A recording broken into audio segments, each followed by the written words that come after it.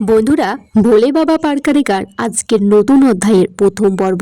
আজ কোয়েনের বিয়ে। কোয়েন খুব শান্তশিষ্ট একটা মেয়ে। তার বোন আছে, সে খুবই দরজার টাইপের।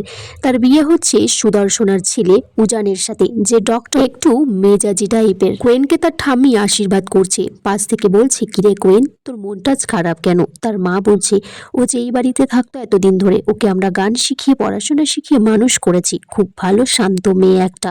ও যে পরের বাড়িতে চলে যাবে তাই ওর খারাপ লাগছে। ওর সেখানে কোয়েনের বাবা আসে তাকে আশীর্বাদ করার জন্য। এদিকে সুদর্শন আর শতরূপা বাড়িতে সবাই অপেক্ষা করছে উজানের জন্য।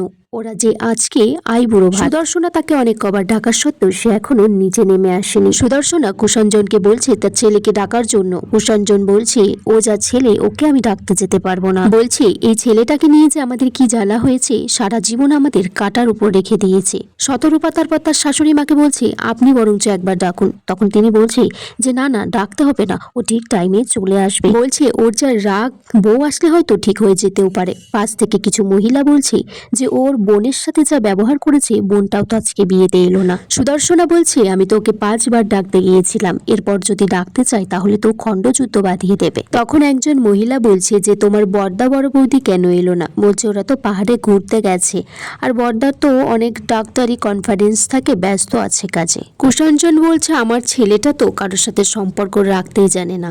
ও যদি একবার তার জেঠুমণিকে আবদার করে বলতো যে আমার বিয়ে তোমাকে আসতেই হবে, তাহলে কি আমার বড়দা আসতো না? তাছাড়া ও বিয়েটা নিয়েও তো কম অশান্তি করেনি, বিয়ে করবে না বলে শেষ পর্যন্ত অনেক কষ্টে তাকে রাজি করিয়েছি। এদিকে কোয়েনকে তার বাবা আশীর্বাদ করছে, বলছে, মা তুই ভালো থাকিস, তোর শ্বশুরবাড়ির সবাইকে তুই আপন করে নিস। কোয়েনের ঠাম্মি বলছে, আমাদের মেয়ে তো ওই রকমই, ও তো খুব শান্ত, ও আমাদের মুখ কখনো ছোট হতে দেবে না। পাশ থেকে একজন বলছে, শুনলাম ছেলে নাকি একটু রাগী মেজাজের। তখন কোয়েনের ঠাম্মি বলছে, কে বলেছে তোমাদের এত কথা? নতুন আমাদের বাড়িতে এসেছে, ছেলেকে হেসে গড়িয়ে পড়বে। তাছাড়া ছেলের জেঠি, বাবা মা ওরা অমায়িক মানুষ, ওদের তো নিজস্ব নার্সিং হোম আছে, ওরা সবাই ডক্টর। এদিকে ভোমরের বাবা বলছে যে ভোমর তৃতীয় তো বাড়িতে নেই, ও তো অশান্তি হওয়ার কোনো প্রশ্নই ওঠে না। তাছাড়া উজানের সাথে ওদের বনাবনি খায় না, তাই জন্য তো ভোমর তিথিকে নিমন্ত্রণ করা সত্ত্বেও ওরা আসেনি। তখন উজান উপর থেকে নেমে আসছে একদম রেডি হয়ে হসপিটালে যাওয়ার জন্য। তখন তিতিরের বাবা বলছে, কিরে উজান, তোর জন্য তো আমরা এতজন অপেক্ষা করছি, তোর আইবুড়ো ভাত খাওয়া দেখবো বলে। উজান একটু রাগে মেজাজের, বলছে, কেন? আমি কি চিড়িয়াখানার পশু পাখি নাকি? আমি খাবো আর তোমরা দেখবে। সুদর্শনা তখন বাকিদেরকে বলছে যে যান, আমার ছেলেটাকে আশীর্বাদ করুন। যে কোনো শুভ কাজের আগে বড়দের আশীর্বাদ খুব প্রয়োজন হয়। তখন উজান বলছে, আশীর্বাদের কোনো দরকার নেই। উজান সুদর্শনাকে বলছে যে মা, তোমার যদি মনে হয় যে আমার খেতে দেবে, খেতে দেওয়া উচিত, তাহলে খেতে দাও, আমার এইসব নাটক পছন্দ হয় না। উজান সুদর্শনাকে বলছে যে তোমার কাছে যদি আশীর্বাদটাই বড় হতো মা, তুমি তাহলে ছোটবেলা থেকে আমাদের 2 ভাই বোনকে অন্যের কাছে ফেলে রাখতে কেন? তোমরা নিজেদের দায়িত্ব পালন না করে তোমাদের স্বামী স্ত্রীর ঝগড়াঝাটির জন্য আমাদেরকে, তোমাদের সমস্যাগুলো আমাদের 2 ভাই বোনের মধ্যে এনে ফেলেছিলে। এদিকে কোয়েনের মা তা কোয়েনের বান্ধবীদেরকে বলছে, তোরা এবার খেয়ে নে, একটু পরেই তো মেহেন্দি টেহেন্দির অনুষ্ঠান হয়ে যাবে, তোরা কোয়েনের সাথে বসে খেয়ে নে। এদিকে উজানও বলছে তার বাবা মাকে যে তোমরা ছোটবেলায় নিজেদের মতো করে চলাফেরা করেছো, মানুষজন আমাদেরকে প্রশ্ন করেছে যে কিরে তোর মা কোথায়, তোর বাবা কোথায়, ভেবেছো তোমরা সেই সময় আমাদের কথা?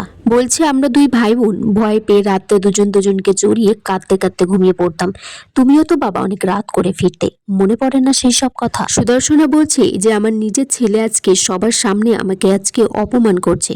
এদিকে কোয়েনের বান্ধবীদেরকে বলছে যে তার পাশে বসে থাকতে, তারা যেন এখন বাড়িতে না যায়। কোয়েনের মাও বলছে যে কথাগুলি তুই বরঞ্চ থেকে যা এখানে।